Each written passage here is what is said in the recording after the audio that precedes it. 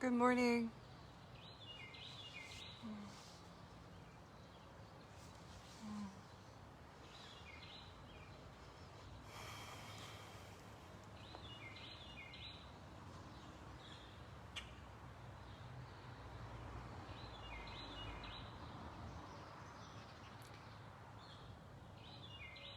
Good morning. I'm going to wait another minute to begin. I hope you'll just join me here in my backyard listening to the birds.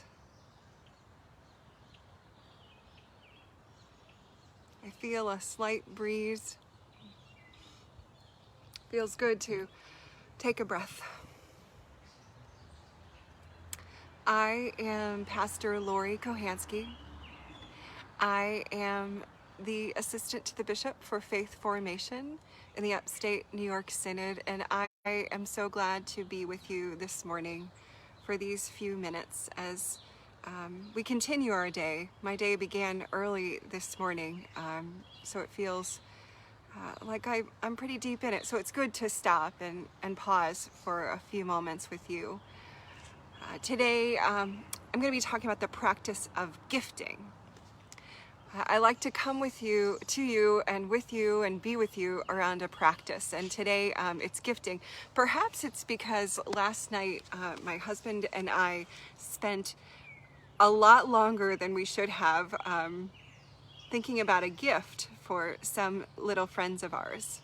This past year, we welcomed 2 little newborns into our family, and they are both going to be 1 year old very soon.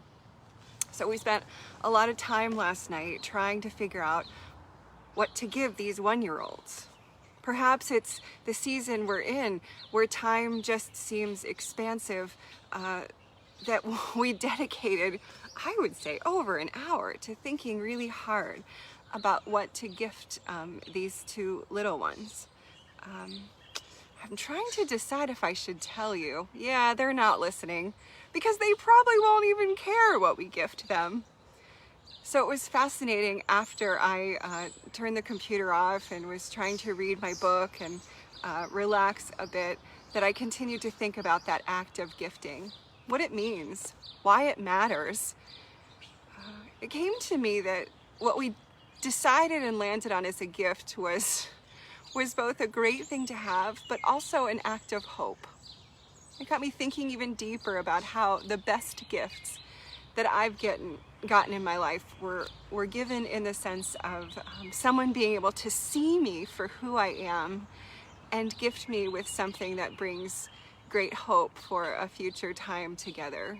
You know, it's those things that we gift each other that are actually going somewhere together. Perhaps dancing lessons, which have led me so far to learn how to tango and cha-cha and salsa and Argentine tango. Those gifts that help me know I'm seen, I'm loved, and there's hope for something else beyond that time and place. I'll show you one of my favorite gifts. Extra credit if anyone knows what this is. Anyone? Anyone?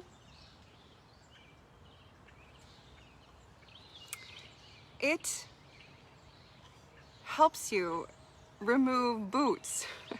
For my 40th birthday, I got a pair of cowboy boots, and I brought them home and had a hard time taking them on and off. And so for Christmas that year, my husband built me one of these boot removers. Seen, known, an act of hope, received with joy. So in this season of gifting and milestones, where people who are gifted are wondering how to celebrate them, the act and the practice today is to figure out how to share a gift that reflects the hope that you feel for that person and the act of seeing them for who they are. When I hear of all these graduations that are happening and the inability to do the rituals that have been built around them, I feel sorrow and grief rising. But in the next moment, I feel an urge to reach out to those folks and to remind them that milestones, while they're shifting, we're built to celebrate the living stone at the center of it. And we've been given a gift and a knowledge that we are the living stones. We are the gift. We are given gifts by God to live in the world. So what would it look like if your practice today was to gift someone with something? Perhaps not a thing like the thing that's being sent through the mail to Colorado to our little baby guy who's turning 1. But perhaps it's a word that someone around you needs, a reminder of the gifts that you see in them, that God has placed there. Because when the ground shifts as it has been now, it's important for us to figure out how to practice celebrating the living stones that are at the center of the milestone. How to practice blessing them and raising up their milestone while giving them the gift and the reminder and the knowledge that they have all that they need. And they have done things to get them to the next place, which by definition is hope. So today, the practice is gifting. Whatever that means for you when you hear the word.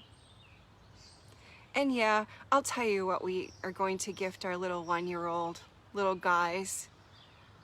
We bought them chairs, camping chairs, an act of hope that when this passes, they continue in the legacy of joining the circle of friends, the circle at the soccer games, the circle at the camping trip, the circle in the backyard. So may you know the gifts that are in you as a living stone, and may you find ways to show others that you see them, and give them the gift of that seeing, and in doing that, know that you are expanding exponentially on the hope that still lives and breathes and moves through this world, even now. Many blessings on your day. May it be what it needs to be. May you be kind and gentle with yourself and with others. Even as you see them, strive to know them. Strive to grow, strive to be present in this world as it is now, so that we can live into the next days with the promise that God is already there.